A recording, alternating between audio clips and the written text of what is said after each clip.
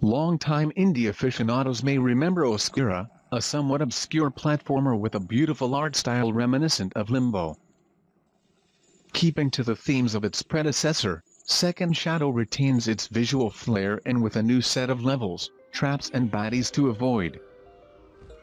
Second Shadow takes place in the Driftlands, a shadowy land made even more dangerous by the theft of the Aurora stone, a relic from the Great Lighthouse. Playing the role of Oscura, your goal is simple: explore the Driftlands, recover the Aurora stone shards, and bring back light to the world. Oscura has no weapons save one, the ability to temporarily slow time.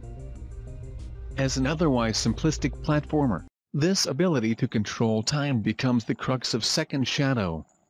Oscura collects power-ups to refill the time meter, while slowing down time quickly decreases the meter.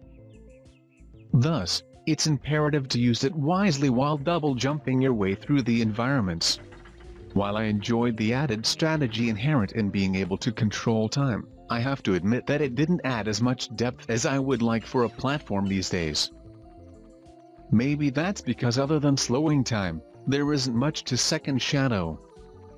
A double jump is about the extent of Oscura's other abilities, while the enemies and platformer tropes, moving platforms, crumbling ledges, etc., have been seen before in other games, and are reused quite a bit in each of the levels here.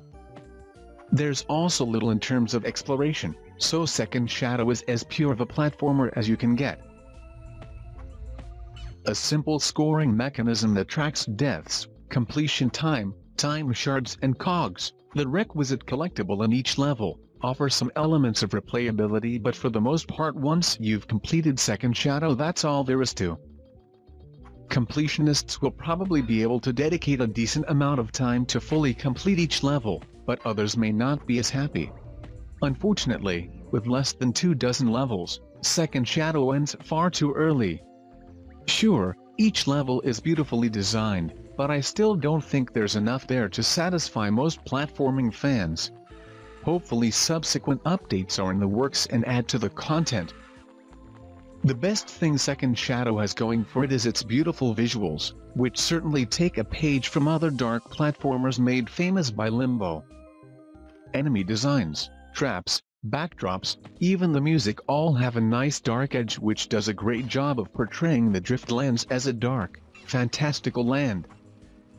While Second Shadow certainly deserves credit for creating a beautiful world to run through, that in itself isn't enough to differentiate itself from the rest of the Android platforming world. Other than some minor issues with the controls and a shortage of content, there isn't anything inherently wrong with Second Shadow. It's an enjoyable platformer with a great graphical style with just enough strategy to keep players involved. Alas, in today's world that puts it just above average compared to most other titles in the genre. I'll still recommend Oscura Second Shadow to anyone that loves the visuals or are looking for another platformer. However, it's a far cry from being a mandatory experience.